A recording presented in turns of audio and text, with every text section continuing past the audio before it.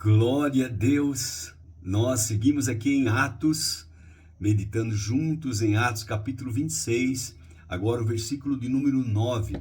Paulo está fazendo a sua defesa diante do rei Agripa, e é tão lindo a gente aprender a linguagem de Paulo, os sentimentos de Paulo, como é que ele agia, como é que ele pensava.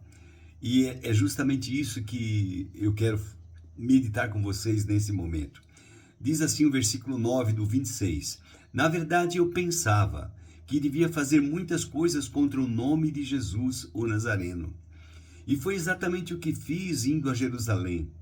Havendo eu recebido autorização dos principais sacerdotes, encerrei muitos dos santos na prisão. E quando os condenavam à morte, eu dava o meu voto contra eles. Muitas vezes os castiguei por todas as sinagogas, obrigando-os até a blasfemar.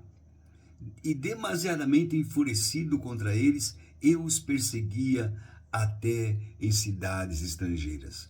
Então, este era o antigo Saulo, né? A maneira religiosa de fazer as coisas, né? A maneira de fazer. Ele pensava e segundo o que ele pensava, ele agia. É isso tão importante saber, o poder dos nossos pensamentos, né? Você pensa muito numa coisa, você só pensa nisso, e é isso que você vai fazer, é isso que você começa a fazer. Paulo pensava que ele devia fazer muitas coisas contra o nome de Jesus, e é isso que ele agia. Ele não tinha outra atividade senão perseguir os crentes, perseguir os irmãos. E ele ia com toda brutalidade, com tudo que ele podia, né? Eu não vejo nenhum texto na Bíblia dizendo que ele matou, que ele era um assassino, mas, porque algumas pessoas dizem, mas uma coisa é certa, ele autorizava a morte, né? Ele concordava com a morte daqueles que ele julgava que deveria morrer, que não deveria ficar. Então, era um homem bruto, era um homem estúpido, era um homem religioso, veja bem, religioso, andava na religião, na mais severa religião, mas isso não tem valor diante de Deus e não resolve nada. Infelizmente, às vezes nós nos deparamos com crentes assim, né? Crentes muito religiosos, muito cheios de si, muito cheios de conhecimento, muito cheios da verdade, mas faltando a essência, faltando Deus. Olha, é necessário a gente pensar em Deus. E veja o que este mesmo apóstolo Paulo escreveu lá em Filipenses, capítulo 4, versículo 8, se não me falha a memória. Lá em Filipenses 4, 8, ele diz assim, como deve ser o nosso pensamento, como deve ser a nossa forma de pensar.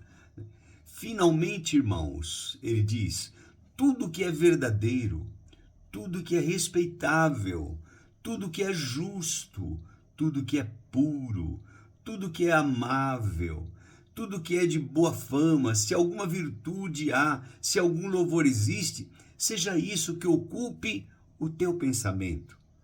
Ocupe o pensamento de vocês.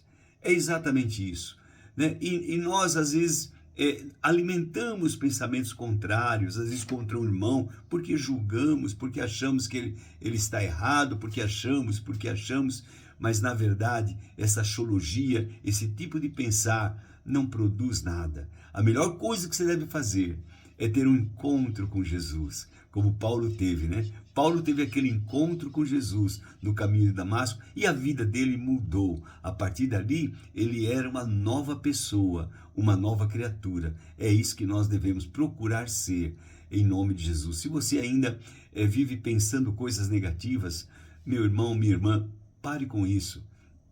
Encha sua mente de coisas boas. Encha sua mente de coisas puras, coisas santas. Pense o bem. É melhor pensar o bem, porque assim você vai fazer o bem. Amém? Vamos orar?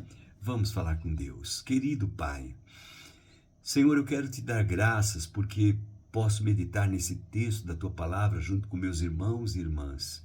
E eu peço neste momento que o Senhor ilumine os olhos do nosso entendimento e nos ajude a compreender coisas que ainda não compreendemos. Quantas vezes pensamos que estamos certos, e porque pensamos, agimos.